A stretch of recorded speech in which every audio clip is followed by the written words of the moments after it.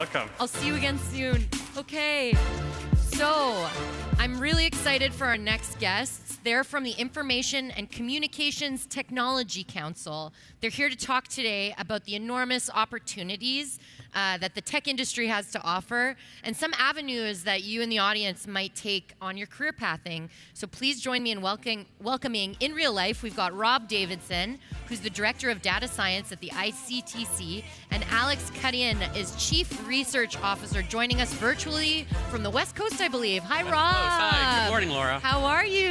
Good, thank you. Good, thank you so much for being here. No worries. You love Montreal, so are you having a good time so far? So far, so good. Okay. Yeah, it's really good. Great. So, Rob, just like right off the top, I'm curious if you could just quickly tell us, what is the Information and Communications Technology Council? What do you do? Sure. Well, what we do is we do work around. Oh, hi, Lexi. Hi, Lexi. We do work on the digital economy, both research and capacity building programs that focus on the digital economy at the intersection of the future of work, the emerging technologies that surround that, and also social impact. Okay. And so, Lexi and I are on the research side, and our colleagues on capacity building are also here in a booth. Hi, Vicky. Hi, Jacqueline. Are here to talk to the students as well. Okay, amazing. So maybe right off the jump, I'm curious about some of the misconceptions you find when people are trying to start and find a career, especially in AI. We were talking about. You mentioned when we were talking, there's a bit of a disconnect sometimes between, what people are thinking they're looking for and what actual path they can go down. Exactly, and most organizations don't expect you to be sort of the rock star AI expert right off the bat. You have to build up to being sort of like a Dr. Bengio, as an example. So really what's important to understand is that AI, the industry itself, is driven by data. And so when you look at sort of where the jobs are, the vast majority of them are more at the sort of the data level. So collecting the data, doing the data engineering to make it ready for the AI and machine learning experts. Right. And so there's a lot more opportunities there to start your career. As a matter of fact, the same as at ICTC. So my data team, they usually start as data analysts or data engineers, and they move into data science roles. So that there is an opportunity to build your career over time through sort of these other avenues. Okay, great. So you shouldn't just jump in expecting to be a rock star. You should, start with the data and see where it takes you. Exactly. Okay, so data and analyzing data and understanding data and preparing it is one thing. I'm curious what other skills you're seeing as being really the next big wave of job making. Well, absolutely, and AI itself is more than technology. Right. And a matter of fact, when you really get down to it, not every organization is going to be building their own AI. For the most part, they're going to be either consciously or unconsciously deploying AI internally. And so they'll be using other people's systems. So you're going to need, particularly when dealing with data about people, you're going to need ethicists. You're going to need social scientists. You're going to need ethnographers. You're going to need lawyers, auditors, insurance people. So that can essentially create the ecosystem that makes this both safe and useful to the various organizations that you're going to be working with. And just so the people that can see the slides, we've done 2 reports recently on AI, one being about maximizing the strengths, which is about industry of AI, and also about what the workforce should look like. And that was one where we collaborated with Microsoft to work on. Oh, interesting. So this is not something new to most people participating in the industry, and that even when you're working on building AI, you need domain experts, whatever you're working on, whether it's health or finance, you need those people that can bring the knowledge and the context to the table, as well as the people that can develop these into long-standing and safe products. So it's not just about the technology. Okay, so it sounds like there is a lot out there and a lot of possibilities for different jobs that you might not think of, that might be indirect as well. And so I'm curious, it sounds like, we're talking about a holistic amount of skills and a holistic amount of, knowledge. I'm curious where and how you think students and folks who are listening should go to round out their skill set and be a good candidate for these jobs in the future? Well, and it's not to identify, again, these are team things as well. So you're going to need to be able to work with people, because the unicorns are far and they're not always around. Yeah. So some of the things is to balance, first off, your soft and hard skills. It's not just about the technology. Matter of fact, the technology skills typically are being replaced at a much more accelerated rate. So they only last a few years before you have to upskill them. Right. So and one of the interesting things, LinkedIn Learning just came out with their learning and development professional study for 2021. And one of the top things they identified, in particularly Western countries, they identified resiliency and adaptability as the most important traits. So working in sort of wherever you can to find experience. And I really enjoyed your discussion yesterday with Eduardo Caducas on social impact and sort of some of the work he's doing. And essentially for students, one of the great ways to introduce themselves is to start working on social impact projects, either on their own or also in like meetup groups. Okay. And so Data for Good or AI or Tech for Good are all good opportunities to start building your skill sets, but also learning how to work within a team. Yeah, and building your network as well. Exactly. So important. Speaking of team, Lexi, hi. Can you hear us? All good, yeah. Oh, Hi, you're everyone. here. Hi, how are you doing? I'm pretty well on this early morning in Vancouver. How Oh, about you right. guys? So you're calling in from the West Coast. This is a very cool hybrid experience. I want to include you as well in this conversation. And so I'm hoping maybe you can also talk a little bit about the demand for creative technology and the talent therein, and the report that the ICTC conducted. What did you find were the most in-demand and relevant jobs that are coming up in Canada in the near future? Yeah, I mean, creative tech is such a cool area, and I have a little bit of a special interest in it because although I love research, I always wanted to be an animator. But it's such a really interesting sector that blends kind of technology with the arts. And in our study that we did in BC, and the reason that we centered it in BC is because BC is actually the home of creative tech. It's where the sector really first kicked off. It's where there was the most job growth, and a lot of international companies set up, as well as homegrown companies that saw success. And we saw a number of different jobs that were in demand. In this study alone, I think we identified about 60 different jobs across 4 different areas. Whoa. But what's really interesting is that ultimately this is all really anchored in this booming growth that we just saw across the digital economy more broadly. For example, if you see, for those that can see the slide that are watching at home or in person there, overall, we did see that obviously during the pandemic, there were a number of sectors that were negatively impacted. But when we look at the digital economy specifically, it was actually booming. By summer 2021, we are about 12% above pre-pandemic levels in terms of employment. So just tons of opportunity, really. Okay, great. So if you are a student listening today, where would you go? What would you do if you could? I mean, you seem to love your job, but what would you do, or what would you advise them to do next in their career? Yeah, I think what's really cool about the growth that we've seen across the digital economy really is that there are so many diverse opportunities. So of course, there's the kind of the more traditional tech roles, of course, in places like AI, for example, and I think some of them that Rob mentioned. But increasingly, we are seeing other sectors across the economy adopt technology much more. And with that comes new jobs that are in demand. They might have kind of an angle that's related to healthcare or to agriculture, for example. So I think, I wouldn't recommend one area specifically. I think there's just so much opportunity that could really fit the specific experience or sector that somebody's interested in. Okay, we have our first question on Slido. Someone is asking about the hot and booking sectors in Canada's digital economy. So again, a question of like, where should people be looking for jobs? The hot sectors right now. What do you think?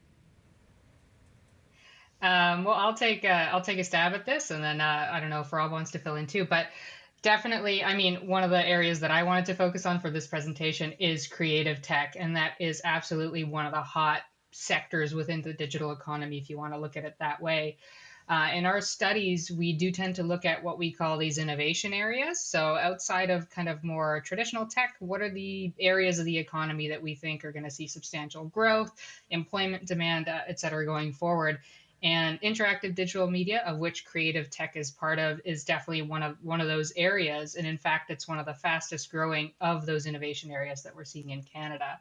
Alone, it will we've estimated that it will be responsible for over 100,000 jobs by 2025. So Ooh. definitely tons of opportunity in creative tech. Okay, for those of you who missed it, we had Mark Pizzi here yesterday, and he's Unreal Engine and Epic Games. I feel like this is hitting that right on the nose there. By the way, everyone, upload your Slido question. Ooh, I have one that just popped up. Sure. How many more digital workers would Canada need in the next 5 years? And do you see there being any opportunities for immigrants who want to come to Canada and join us? Well, I've gone back to one of the slides here that specifically says that based on our Digital Talent Outlook 2025, we see another 250,000 new jobs into the economy. And we do see it around across the board. Outside of creative tech, other areas where we expect to see significant growth is around green technology. Right. In particular around electric vehicles, also in advanced manufacturing. So it's really, you name an industry and there's going to be a technology aspect that will be in a growth mode. Okay, great. I have a follow-up question to that. I'm curious, as potential employees, have you noticed anything from your research that employers are looking for? Like, what can make you stand out as potentially someone to get hired? I don't know who wants to field that one, but what are employers looking for on your CV and in your experience? Dive in, Lexi. Yeah, sure. I'll start with that. I mean, one thing that we're definitely seeing more and more of is kind of the emphasis on, and I'll put this in quotations because I don't think they're soft, is soft skills.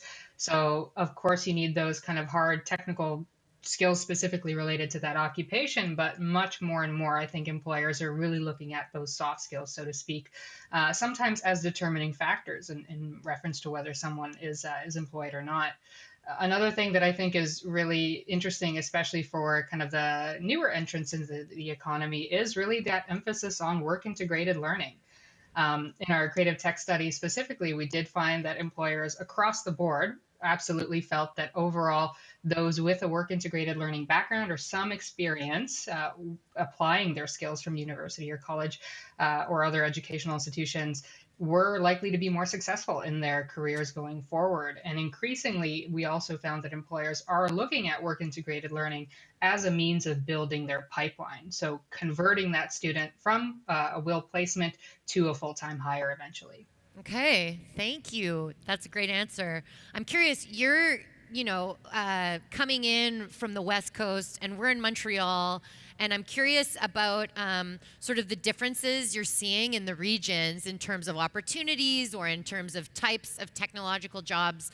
You know, is Montreal more AI focused? Is BC better for, filmmaking and that kind of thing? I'm curious what you're seeing in terms of diversity across Canada, if there's any insights you can give about the different markets, because it's a huge country, and what people are doing in each region really well. I don't know. Oh, I'll jump in to start with that. The reason we picked both AI and creative tech as discussion points for today, Montreal is a recognized global hub of innovation and opportunity for both of those. Okay. And so those are two areas that are a focus for both the West Coast and for Montreal. So yeah, there's a lot of that, and also looking at what Mad Dog was talking about earlier, security goes through everything. Right. And so as Canada moves towards digital adoption across all industries, cybersecurity will be an element of every piece right, of that. Across the board. Across the board. So also we've talked about ag tech, so you'll see that across Canada as well. Marine and ocean tech in both Atlantic Canada and BC, and then advanced manufacturing and robotics appearing in pockets across, and particularly around the superclusters that the federal government has created. Okay, so it seems like all over the country, tons of different diverse jobs out there. We have another question actually that just came in about the Toronto Waterloo corridor. Do you think it's the new Silicon Valley? You both laugh. I don't know. Who wants to Who wants to take this one? I'll take it. Maybe I'll give that one to you, Rob. Yeah. Yeah, I mean, to Lexi's point in particular about work-integrated learning, Waterloo itself as a university is well known for their cooperative program. Right. And that's why, for the most part, people will go there for the hard technology, because you also get that component to it. So as far as being sort of a driver of innovation, and also you have sort of the financial sector and a lot of industry based in Toronto as well, that corridor can be an international player. It's on the execution side of the equation. Okay, cool. That's a good answer. I have another question here. They're just kind of coming in. I hope it's okay. I'm not leaving them till the end. And No. Peppering our Great. talk right here. We were talking about the diverse jobs across the country. One question here from Charles is wondering, where do you think the metaverse is going to fit into this? And what do you think about the metaverse in terms of future jobs? It's a big one.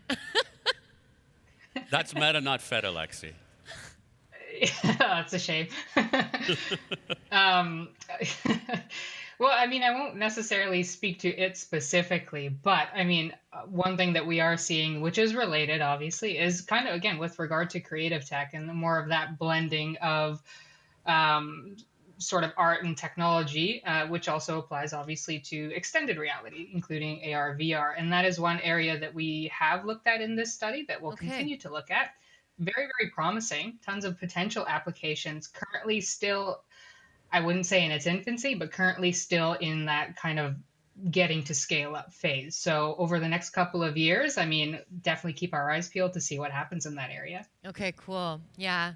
I feel like it's just such a hot topic right now, everyone is asking. Everybody is asking, and there is opportunity, particularly with sort of where remote work will go in the future as far as working from home. And so will the metaverse be one of the places that's used to be more interactive and to sort of build community? Right. The question will be, affordability of the technologies as one thing, and particularly accessibility, because we don't want to have a situation where this is, again, just widening the digital divide. Absolutely. Speaking of work from home, we have a question here actually about the pandemic. Lewis is writing in saying, surely we were not prepared for this pandemic. Is there an economic structure that supports the new startups that are coming out of this very strange time? I don't know, Rob, maybe you have some resources that you were... So, I mean, as far as is there an economic structure for the startups? Part of that is, and there is always a challenge in Canada, because there is either, true or not, people see the venture capital world in Canada to be extra conservative, so not necessarily supporting. So one of the things that is important to build for is not just to build for the domestic market, but to build for the international markets, in particular with trade agreements like CETA with Europe, the new agreement with the US and Mexico, looking at those sorts of opportunities. And then also looking for the programs, like I mentioned before, the superclusters, seeing if you can associate to one of those.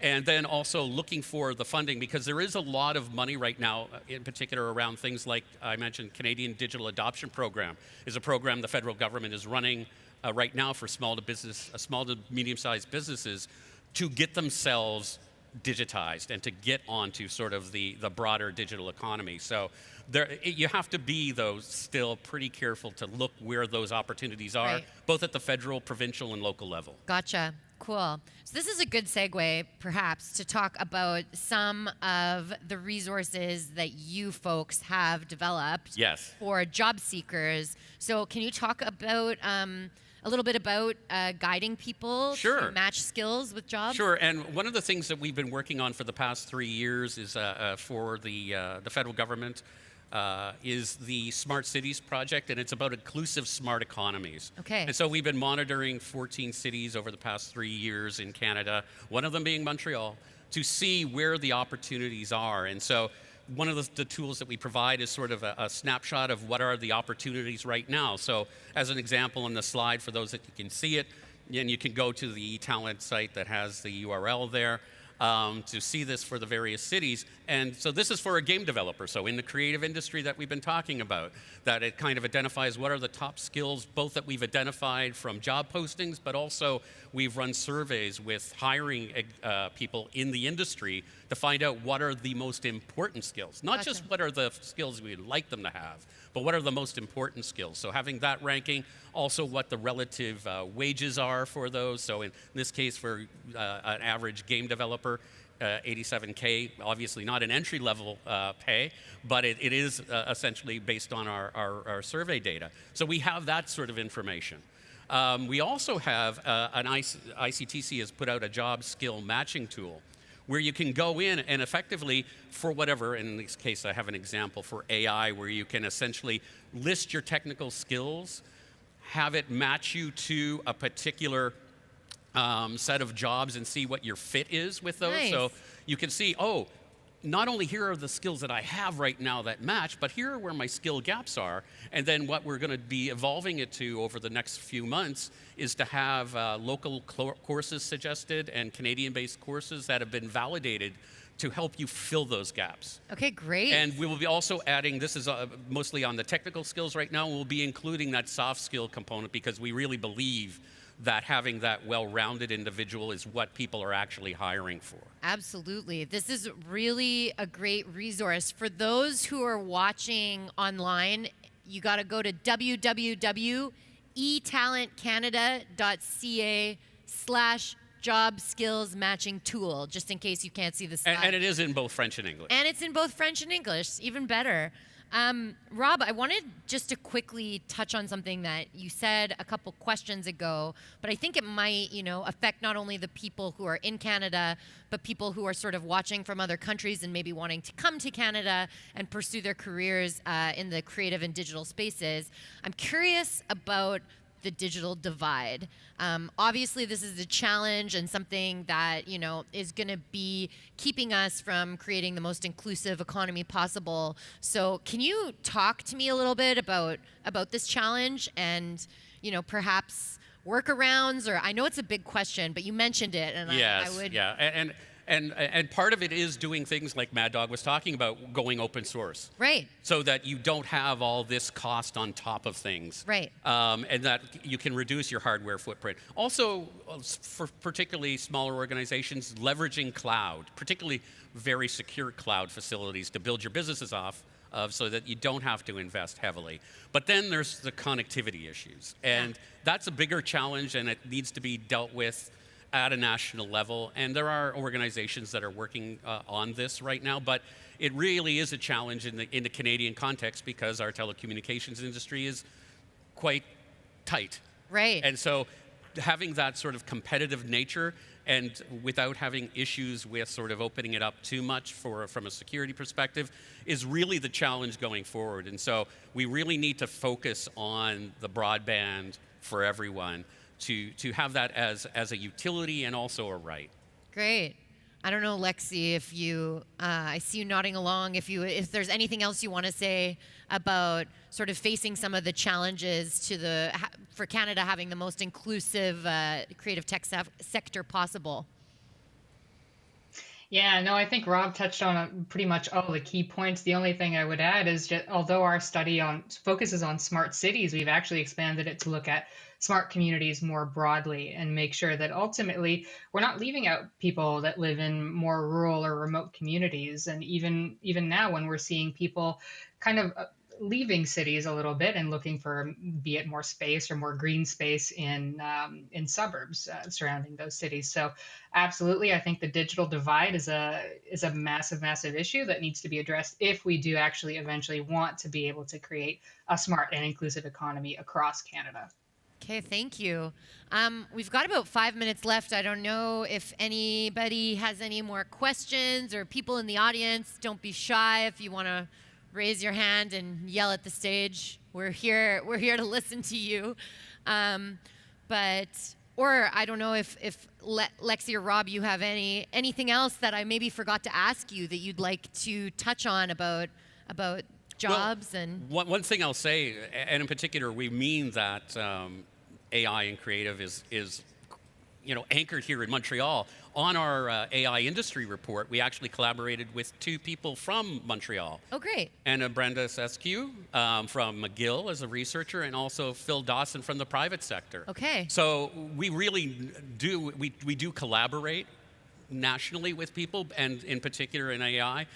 And I'm meeting with 2 people today and later on the very topic of AI. So, and for the creative industry, I think that there's just a lot of growth opportunity here in particular, because it does have a unique Quebec flavor to it as well, that there's a supportive media industry that will help develop new content. And so there will be always a driving factor here, not necessarily reliant necessarily on international entities as well. Okay. I don't know. Lexi, do you have anything to add? Yeah, no, the only thing I would add is with regard to the creative sector and Montreal's kind of growing footprint in that space. It was mentioned many times throughout our creative study in BC that Montreal is increasingly becoming a key competitor. And part of that is because of kind of the supportive structures that enable the system or the sector to grow.